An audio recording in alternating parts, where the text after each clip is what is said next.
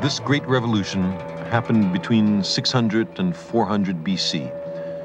It was accomplished by the same practical and productive people who made the society function.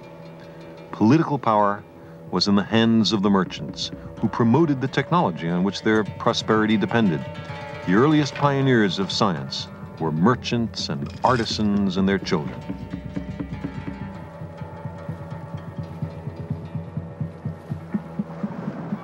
The first Ionian scientist was named Thales. He was born over there in the city of Miletus across this narrow strait. He had traveled in Egypt and was conversant with the knowledge of Babylon. Like the Babylonians, he believed that the world had once all been water.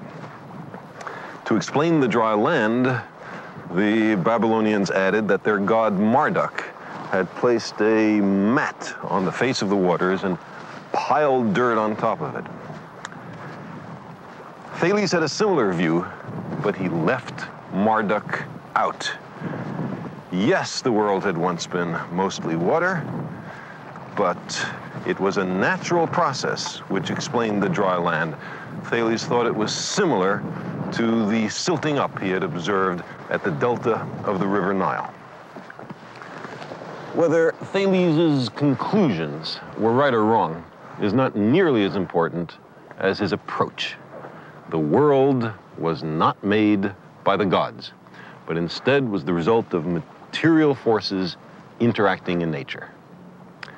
Thales brought back from Babylon and Egypt the seeds of new sciences, astronomy and geometry, sciences which would sprout and grow in the fertile soil of Ionia.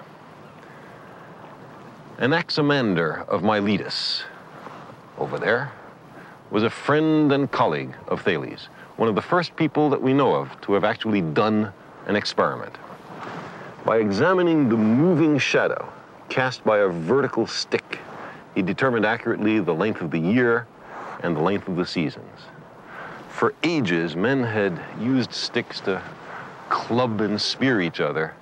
Anaximander used a stick to measure time.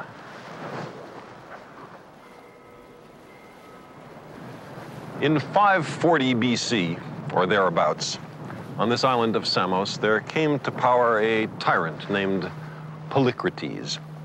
He seems to have started as a caterer and then went on to international piracy.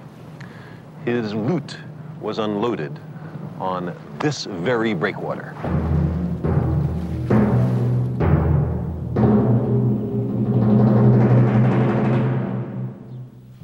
But he oppressed his own people. He made war on his neighbors.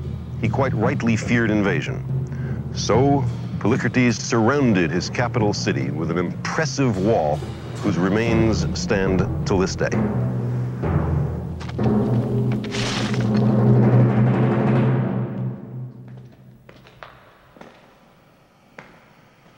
To carry water from a distant spring through the fortifications, he ordered this great tunnel built. 1 kilometer long, it pierces a mountain. 2 cuttings were dug from either side, which met almost perfectly in the middle. The project took some 15 years to complete. It is a token of the civil engineering of its day and an indication of the extraordinary practical capability of the Ionians. The enduring legacy of the Ionians is the tools and techniques they developed, which remain the basis of modern technology.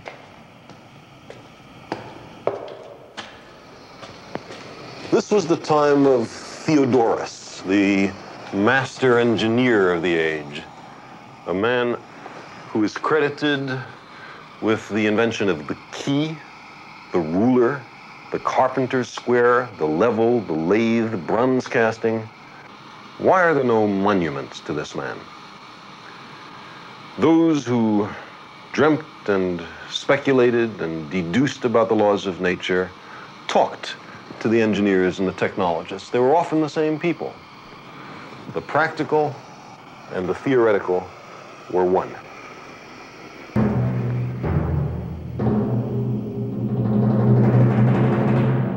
This new hybrid of abstract thought and everyday experience blossomed into science. When these practical men turned their attention to the natural world, they began to uncover hidden wonders and breathtaking possibilities. Anaximander studied the profusion of living things and saw their interrelationships.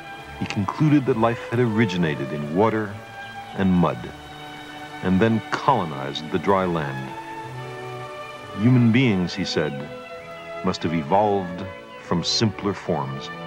This insight had to wait 24 centuries until its truth was demonstrated by Charles Darwin.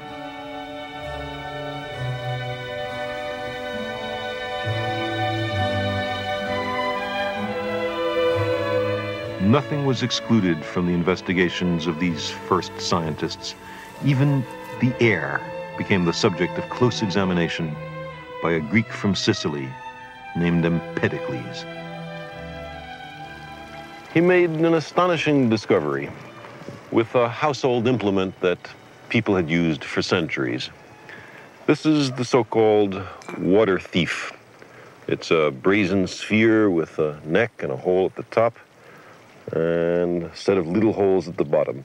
It was used as a kitchen ladle. You fill it by immersing it in water. If, after it's been in there a little bit, you pull it out with the neck uncovered, then the water trickles out the little holes, making a small shower. Instead, if you pull it out with the neck covered, the water is retained.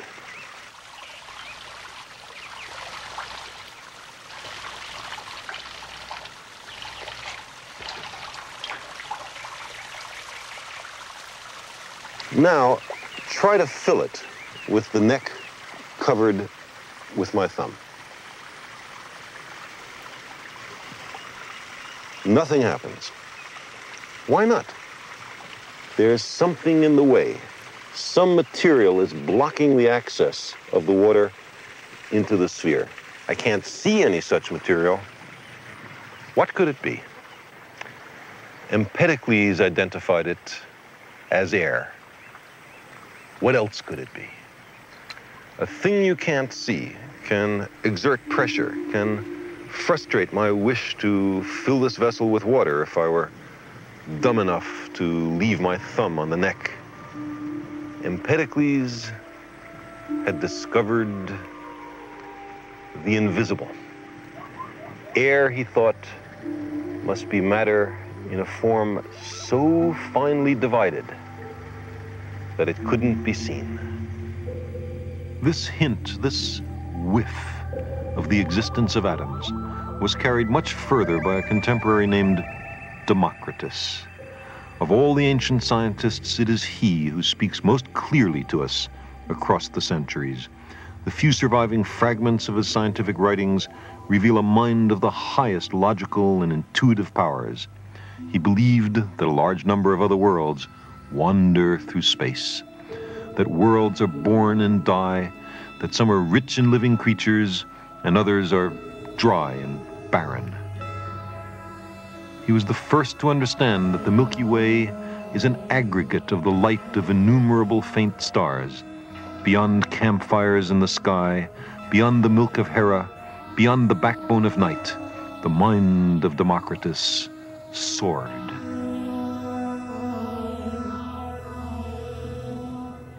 He saw deep connections between the heavens and the earth.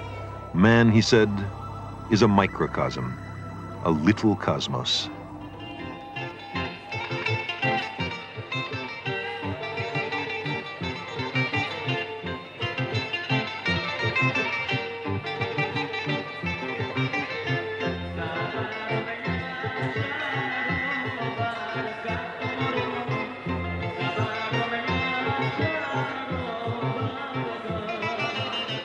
Democritus came from the Ionian town of Abdera on the northern Aegean shore. In those days, Abdera was the butt of jokes. If around the year 400 BC, in the equivalent of a little outdoor restaurant like this, you told a story about someone from Abdura, you were guaranteed a laugh. It was, in a way, the Brooklyn of its time.